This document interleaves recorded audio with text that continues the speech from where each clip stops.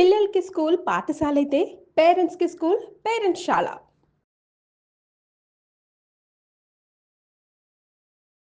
వాగర్థావివ సంపృక్తౌ వాగర్థ ప్రతిపత్తయే జగతః పితరౌ వందే పార్వతీ పరమేశ్వరౌ. ఆదిత్యాయ చ సోమాయ మంగళాయ బుధాయ చ గురుశుక్రశనిభ్యశ్చ రాహవే కేతవే నమః. శృంగేరి జగద్గురు పీఠాధిపతులకి, కంచి పీఠాధిపతులకి నమస్కారములు తెలియజేసుకుంటూ కార్యక్రమాన్ని ప్రారంభిద్దాం. వీక్షించేటువంటి ప్రేక్షకులకి ఒక చిన్న గమనిక. మీ యొక్క జన్మ తేదీ రోజున ఉన్నటువంటి జన్మ నక్షత్రాన్ని బట్టి జన్మ రాశి ఉంటుంది. ఆ రాశి చెప్పబోయేటువంటి ఫలితాలు మాత్రమే మీకు ఆపాదించబడతాయి.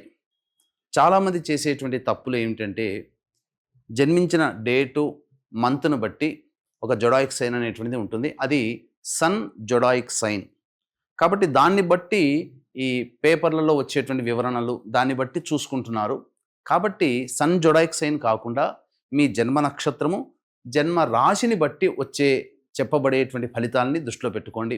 అలాగే నక్షత్రము రాశి తెలియనటువంటి వాళ్ళు మీ యొక్క నామధేయము, మీ పేరులో వచ్చేటువంటి మొదటి అక్షరాన్ని బట్టి ఏ రాశికి సంబంధించింది అవుతుందో ఆ విధమైనటువంటి రాశిని ఫలితాలు కనుక చూసుకున్నట్లయితే మీకు తప్పకుండా అవన్నీ కూడా ఆపాదించబడతాయని చెప్పవచ్చు. ఈ మార్పుని గమనించగలరు. ఆగస్టు 3వ తారీఖు నుంచి 15వ తారీఖు వరకు ధనుస్సు రాశిలో జన్మించినటువంటి వారికి ఏ విధంగా ఉండబోతుందో తెలుసుకునే ప్రయత్నం చేద్దాం. ముఖ్యంగా ఈ రాశి వారికి తృతీయ స్థానంలో రాహువు, నవమ స్థానంలో కేతు యొక్క సంచార ప్రభావం వెరసి యోగదాయకంగా ఉండేటువంటి పరిస్థితి.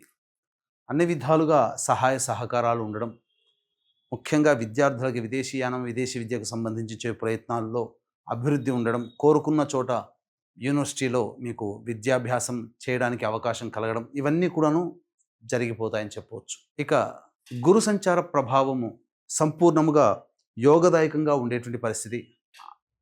ఇతరుల యొక్క అనగా ముఖ్యంగా పెద్దల యొక్క సలహాలు సూచనలతో మీకున్నటువంటి పనులలో విజయాన్ని పొందే అవకాశము, ధనపరమైనటువంటి సమస్యల్ని పూర్తి చేసుకోవడం లాంటివన్నీ కూడాను జరుగుతాయి. వివాహం కావలసినటువంటి అబ్బాయిలకి అమ్మాయిలకి వివాహ సంబంధాలు నిశ్చయమవుతాయి.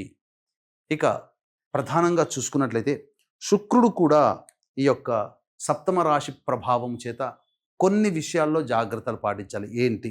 ముఖ్యంగా స్త్రీలతో వాగ్వివాదాలు, ఎక్కువగా మాటలు చేయకూడదు. ఈ సమయం అనుకూలంగా లేదు. ఇక దాంపత్యపరంగా చూసుకున్నట్లయితే దంపతుల మధ్య కొంత విభేదాలు వచ్చే మాట మనస్పర్ధలు వచ్చే అవకాశం ఉంది. కాబట్టి ఎక్కువగా మీరు వాగ్వివాదాలు జోలికి వెళ్లకుండా ఉంటే చాలా మంచిది. ఇక రవి అష్టమ స్థానంలో సంచారం చేస్తున్నటువంటి ఈ కారణం చేత ముఖ్యంగా ఏమవుతుంది, ఉద్యోగంలో కాస్త ఆందోళన, ఏదో జరిగిపోతుంది, నాకేదో కీడు జరుగుతుంది అనే ఆలోచన ఉద్యోగస్తుల్లో భయాందోళనలు ఉంటాయి. ఇక వ్యాపారస్తుల్లోనైతే ఆత్మవిశ్వాసంతో కాకుండా భయంతో మీరు వ్యాపారస్తులు వృత్తుల్లో మీరు పనిచేయాల్సినటువంటి పరిస్థితి గోచరమవుతుంది. ఇక బుధుడు అనుకూలంగా, స్థితి చేత అనుకూలంగా ఉన్నప్పటికీ కూడా ప్రధానంగా వక్రీకరించినటువంటి బుధగ్రహ ప్రభావము వలన ఇతరుల ద్వారా మీరు ఏదైతే ఆశించి పనులు కావాలనుకుంటారో అవి మీకు బ్రేక్ అవుతాయి. ముఖ్యంగా వ్యాపార భాగస్వాముల మధ్య పొరపచ్చాలు వచ్చే అవకాశం, ఇతరుల యొక్క ఆలోచనలకి ప్రభావితమై మీరు ధనాన్ని నష్టపోతారు. ముఖ్యంగా స్టాక్ మార్కెట్స్లలో పెట్టుబడులు పెట్టేటువంటి వాళ్ళు కానీ, వ్యాపారంలో అభివృద్ధి చేయాలనే ఆలోచన ఉన్నటువంటి వాళ్ళు ఈ ప్రస్తుత సమయం అనుకూలంగా లేదు కాబట్టి విరమించుకోండి. కాదనికి ముందు వెళితే ఆ బుధ సంచార ప్రభావం అనుకూలంగా లేని కారణం చేత తీసుకున్న నిర్ణయాలు మీకు అపజయాన్ని, కీడుని కలగజేస్తాయి. తద్వారా నష్టం అనేటువంటిది చవి చూడాల్సినటువంటి పరిస్థితి.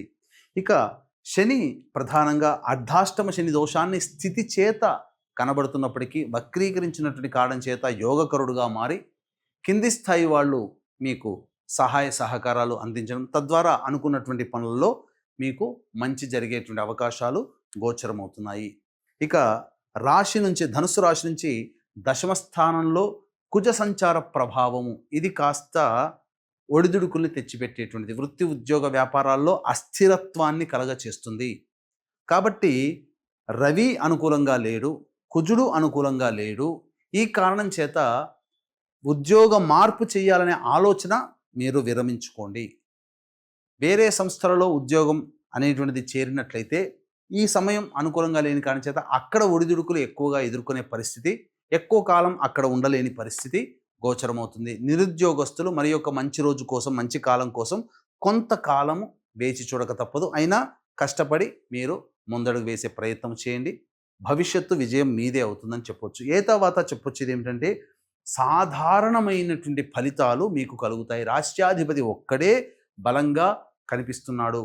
కావున జాగ్రత్తలు. ఇటు గురువు శని యోగదాయకంగా మారుతున్నారు. మిగతా గ్రహాలన్నీ కూడాను అతి సాధారణమైన ఫలితాలు ఇస్తున్నాయి. కాబట్టి జాగ్రత్తగా ఆత్మవిశ్వాసంతో ముందడుగు వేసే ప్రయత్నం చేయండి. ఈ రాశిలో జన్మించినటువంటి మహిళలకి కొంత భంగపాటు తప్పదు. అనుకున్నది ఒకటి, జరిగేది ఒకటిగా ఉంటుంది. మిమ్మల్ని గౌరవించే వాళ్ళు మిమ్మల్ని పట్టించుకోలేకపోతారు. కావున కొన్ని సమస్యలు అనేటువంటి తలెత్తుతాయి. ధనపరమైన సమస్యలు ఉంటాయి కాబట్టి జాగ్రత్తలు పాటించండి. ఇతరులకి మాట రూపంలో కానీ, వాగ్దాన రూపంలో కానీ, సంతక రూపంలో కానీ చేసేటప్పుడు మీరు ఒకటికి 10 సార్లు ఆలోచించి కానీ నిర్ణయం తీసుకోండి. ఎందుకంటే భవిష్యత్తులో అది మీకు అడ్డంకిగా, ఇబ్బందిగా మారే అవకాశం గోచరమవుతుంది. ఏది ఏమైనప్పటికీ కూడాను ఈ రాశిలో జన్మించినటువంటి మహిళలకి మంచి ఫలితాలే కలుగుతాయి. వివాహం కావాల్సిన అమ్మాయిలకి, అబ్బాయిలకి వివాహం జరుగుతుంది. విద్యార్థులకి బాగుంటుంది. ఉద్యోగస్తులు మాత్రం కాస్త ఒళ్ళు దగ్గర పెట్టుకొని పనిచేయాల్సినటువంటి పరిస్థితి అని చెప్పవచ్చు. సంతానం కోసం ఎదురు చూసేటువంటి దంపతులకి ఇది శుభ పరిణామం. గర్భధారణ జరిగినటువంటి మహిళలకి మంచి చక్కటి వార్త వింటారు. అన్ని విధాలుగా యోగదాయకంగా ఉంటుందని చెప్పవచ్చు. ఇక వీక్షించేటువంటి ప్రేక్షకులు కూడా గమనిక.